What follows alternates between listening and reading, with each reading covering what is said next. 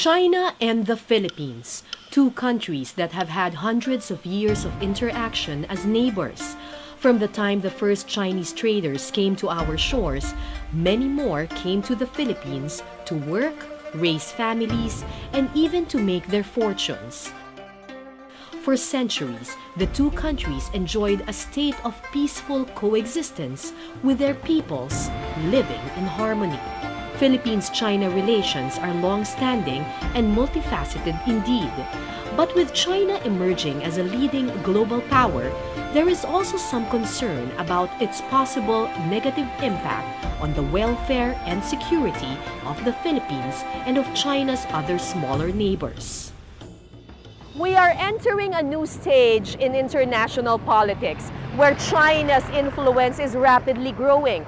It therefore makes sense for us to take stock of our relationship. Are the two countries economically interdependent? Are our economic ties mutually beneficial? Are our political relations strong enough to withstand territorial disputes and nationalist emotions? Is China's rise a threat or an opportunity for the Philippines? In this video, we bring together relevant data and ask expert academics and practitioners what their expectations and aspirations are for Philippines-China relations going forward. Join us as we explore different aspects in Philippines-China ties in tourism, trade, investment, natural resources, and national security. We will also examine broader developments in the Asia-Pacific region and how this affects their relations. I am Cara David, and this APPFI documentary is an overview of Philippine relations with the world's next superpower.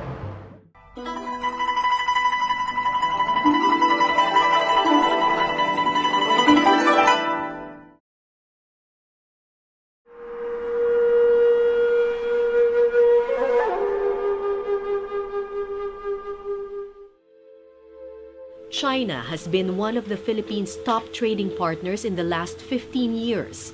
In 2016, it was our biggest trading partner. Since the beginning of the 21st century, globalization and the development of regional production networks had allowed Philippines-China trade to grow rapidly. These are the products both sides export to each other. From the year 2000 until 2007, trade was growing by 30 to 40%. But the global financial crisis in 2008 brought an overall decrease in demand for electronic products, which temporarily led to lower Philippine exports to China. From 2011 to 2015, tensions relating to the West Philippine Sea territorial disputes continued to escalate, and yet trade increased during this period. Exports to China declined again in 2015 and 2016. Economic slowdown, we know, happened during this period. There was also rebalancing. That means China started to focus more on domestic consumption rather than exports and investments. Now, what do these comparisons tell us? Trade with China is affected by several factors, including the global financial crisis, China's economic performance and policy changes, and to a lesser extent, political tensions brought about by the West Philippine Sea dispute. How badly can the Philippines be affected by fluctuations and disruptions in our trade with China? Some people worry that our economy is very vulnerable, especially to external security shocks. Trade with China is less than 5% of our GDP. And if we consider the fact that 7 to 80% of our trade with China is in processing products, that's as part of the production network, then the non-processing products are just about 1 to 2% of GDP. This suggests that the impact on the Philippine economy in case of China's slowdown or if we stop to trade with China, it's not going to be significant. Okay? But Dr. Palanca points out that this could also mean we have not been capitalizing on China's huge market. Whether trade volumes rose or fell, Philippine total trade with China is still low compared to its ASEAN neighbors, ranking only 6th among all ASEAN members. Trade with China is only 15% of the Philippines' total trade, behind that of Malaysia and Thailand, which are both at 16%, and Indonesia, which is at 17%. But this also shows that there is still much room for growth in trade in areas that the Philippines should further explore. Exports performance is vital to economic growth, so we have to focus on this. And China provides the opportunities. Okay, it has a huge market; it's a growing market. With China's current focus in improving its domestic demand and its increasingly sophisticated consumers, there will be more opportunities for Filipino exporters to compete if they learn to innovate and improve their products.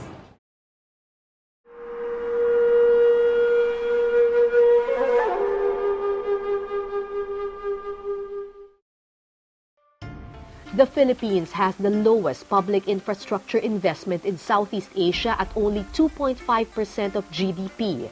This hinders the steady flow of private investments and overall economic efficiency. China is not a major source of foreign investments for the Philippines, but there are expectations of a windfall in infrastructure investment, especially after President Duterte's visits to Beijing in October 2016 and May this year. Is the Philippines well positioned for a major inflow in Chinese infrastructure investments? To increase the Philippines' competitiveness and the ease of doing business, the government needs to build infrastructure, thus enhancing mobility and increasing passenger cargo throughput by addressing the congestion problems in existing transport facilities. President Duterte's agenda aimed to accelerate the annual infrastructure spending to account for at least 5% of the gross domestic product from a measly 1.8% of the gross domestic product in 2011. China, an emerging player in the infrastructure sector and in the Philippines' longtime partner, may fit the bill of an active collaborator in infrastructure development. According to Dr. Reynoso, there are 4 reasons why China can be an excellent partner in infrastructure funding. First, Chinese loans are concessional. Second, China can rapidly commit large amounts. Third, the Chinese are responsive to timelines. And fourth, China has a comparative advantage in terms of technology, equipment and materials, and human resources. Another source of infrastructure financing is the Chinese-initiated Asian Infrastructure Investment Bank, or AIIB. The Philippines is a member of this new multilateral institution and has shown interest in borrowing from AIIB. However, there are challenges the Philippines faces in borrowing funds from China. We need to learn from our experiences of a decade ago when big projects like the National Broadband Network and the North Rail Project were found to be mired in corruption. More specifically, the perception of the lack of transparency and competition in procurement. Philippine laws, as we all know, require government procurement to be subjected to open competitive bidding and other forms of price competition. The bilateral economic cooperation relations between the Philippines and China is marked with both challenges and successes. As we enter a crucial point in our lives as nations, it is important that we take the lessons learned from our experiences into consideration.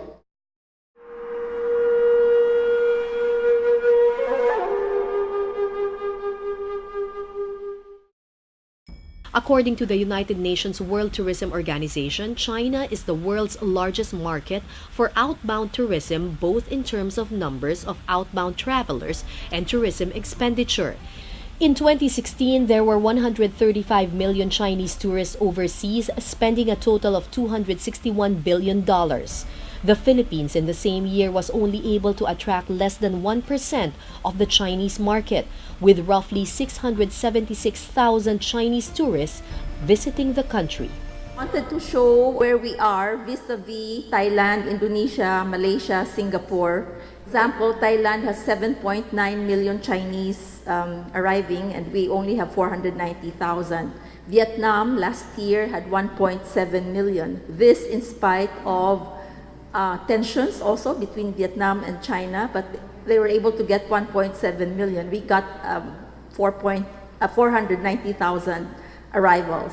So The Philippines is still a small player in the China tourism market. Did the West Philippine Sea dispute affect our tourism's poor performance? our arrivals from China have been very erratic. It goes up and down, okay? But 2013 showed a very high growth because in 2012, the charter flights direct to Calibo, Clark, Puerto Princesa, Cebu were suspended because of the standoff in the Scarborough Shoal. So when there was a negative travel advisory, so when those charters were stopped and then quiet negotiations without any fanfare were held between the Secretary of Tourism and the head of the China National Tourism Administration, then the charters came back. We always say tourism is apolitical, it should not be politicized, but it is political. So it does affect the arrivals. The industry must therefore make sure it is resilient, even with these challenges. That means improving our airports, hotels, safety, security, and services to continue to attract the higher-end China market.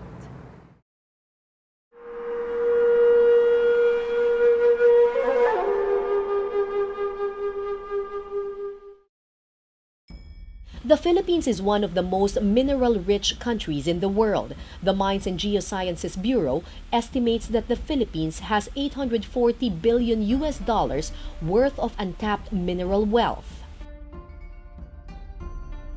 China, on the other hand, has huge demand but low domestic supply of mineral products. What role does China play in our mining industry? These are the main commodities that we have: iron, gold, copper, nickel, and chromite. Okay. From the perspective of China, these are the ores that they are mostly interested with us. Primary of them is nickel. Roughly 30 million tons of raw Philippine ores is exported to China every year since Indonesia passed a law stopping export of raw materials in 2014. From a trade perspective, we have an advantage since we are China's largest source of nickel. Nickel, along with chromium and iron, are the main ingredients of steel. And China is the biggest producer of steel, and they don't have iron and nickel in their geology. They have to source it out. Now we look at China's involvement in small-scale mining in the country, where China is already a major player. 70 to 80% of the Philippine gold production does not come from the big mining companies. It comes from small-scale mining. Most of that gold, especially from Mindanao, are being sold in planes that land there in Davao. I don't know where, most probably China, and then India. So it is not listed in our trade in our trade values, but that's quite substantial. China has influenced small-scale mining abuses, bringing their own labor, bribing for permits, disregarding environmental concerns, and rehabilitation practices. These are the continuing problems we face with China in our mining industry. Although we have a trade advantage due to China's huge demand for nickel, we need better regulation of our mineral production and exports.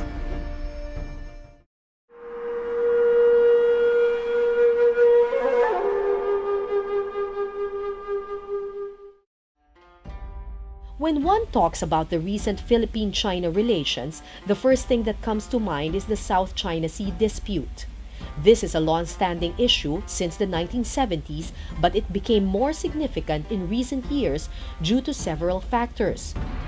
We look at 4 themes related to the territorial disputes: the arbitration ruling, China's strategic considerations, the U.S. factor, and ASEAN's role. The Philippines tried to resolve its disputes with China using the UN Convention on the Law of the Sea, or UNCLOS, which both countries have ratified. In January 22, 2013, the Philippines filed a case before an international arbitral tribunal in The Hague, Netherlands, accusing China of violating Philippine maritime rights as granted by the convention. China did not participate in the case, and when the ruling came out favoring the Philippines, China rejected the arbitration ruling. So whatever claims China might have had in the past, these were basically relinquished. No, they were abandoned or given up as part of the package deal of UNCLOS. Second, since what is right and wrong in the South China Sea has been determined authoritatively, you now have a clear basis for saying what is right or wrong in terms of claims, allocation of maritime rights and resources. This gives us supposedly negotiation leverage. Law and diplomacy are important instruments for addressing disputes, but security risks and regional dynamics are also factors that must be considered. First of all, we need to understand China's own strategic considerations. Former journalist and now Philippine ambassador to China, Chito Santarumana, talks to us about Chinese thinking on this issue. You all know, or you've heard about the China Dream. And the basic components of this would be to have a prosperous China with a strong army under the leadership of a Communist Party. As Xi Jinping puts it, China will not accept any proposition or action based on the decision of the arbitral tribunal. China's territorial sovereignty and maritime interests in the South China Sea, under any circumstances, will not be affected by the award. If this is China's position, is there still a reason to talk to them? Or will the two sides just end up in a stalemate? While China has come out with a statement that is full of bluster, at the end of the government statement on July 12th, after the ruling was announced, there was actually a manifestation of a soft line, which read as follows. Pending final settlement of the dispute, China is ready to enter into provisional arrangements of a practical nature, including joint development in the relevant maritime areas in order to achieve win-win results. But the term provisional arrangement of a practical nature, this is actually UNCLOS language. This is language that is also part of general international law. And it shows a possibility where you could advance and move forward. Santarumana believes that the real challenge is in finding ways to move cooperation forward, such as in trade, tourism, fisheries, marine environment protection, anti-drugs and anti-crime campaigns. Basically, how to live, how to exist peacefully despite the fact that you have disputes in principle, and how to be able to move forward. Since the Duterte government took over in 2016, relations between the Philippines and China have significantly improved. Yet China's posture in the South China Sea is also influenced by the role of the other major power in the region, the United States. The Philippines' alliance with the U.S. dates back nearly 70 years to 1951, and it affects the Philippines' relationship with China. In the last 2 years, there has been much talk about an impending power transition or a power shift, where you have China as a rising power and the United States as a perceived declining power. Now, these two powers, of course, US and China, are driven mainly by their geopolitical interests in our part of the world. It's US trying to sustain its primacy, which it has enjoyed for close to 100 years. And China trying to create a strategic space for itself. And it is as well a contest for the right to shape the rules, the right to shape the new architecture, the future regional and world order. So who has a place at that table where these decisions will be made? China very much feels that it has gone very far. It deserves a place at that table, and it demands a place at that table. And this is why we see China becoming so assertive and interested in leadership on several fronts that it did not used to be interested in. The question for China is, what are its long-term interests? Will it promote regional stability? And will it uphold international norms? China's long-term, strategic interest would seem to demand that it should stand for rules-based order. No? If China says that it can be a provider of public goods, that provision of public goods has to be based on rules and common norms and so on.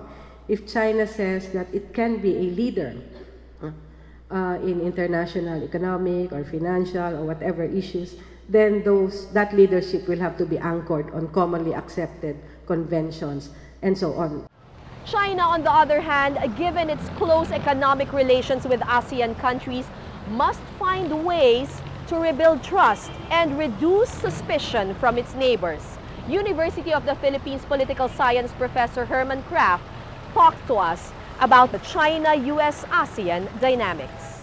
The Philippines could opt for one extreme, no, that is to say, basically accept the increasing competition between US and China as the future context within which the Philippines has to navigate its interests, no? In which case it will have to accept that ASEAN will have a much more diminished role strategically, okay? And so emphasize more the relationship with the United States. It could try to strengthen ASEAN or push toward the strengthening of ASEAN, no, but at the same time keeping the two superpowers engaged economically and politically. Now, of course, the problem is how to operationalize this kind of strategy. Economic interdependence within the region may still provide the key to regional stability. Economic benefit provides a strong reason for the big powers to continue engagement and avoid moves that would harm economic ties. Cooperation on issues like climate change should also be a priority of big powers. So we have to have collaborative people-to-people activities, and if regional connectivity were the answer, it must be prefaced on a more environment-friendly planet, because that is exactly the challenge as we see from day to day, week to week in the headlines of all the world. A shared cultural heritage, historical ties, and long-standing economic interactions characterize Philippines-China ties.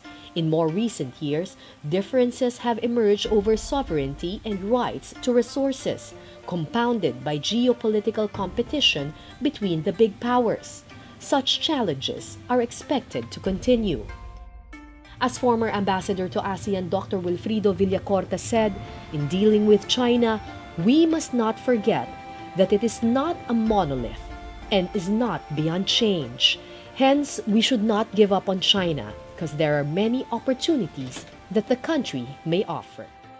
The Bahay Chinoy Museum is a good reminder of Philippines-China relations. The relationship between the Philippines, China, and their peoples continues to hold great potential. Together with their neighbors, the two countries have a shared responsibility of promoting peace and stability and achieving greater progress and prosperity for the region and the world. I'm Cara David, and this is the APPFI documentary on Philippines-China relations.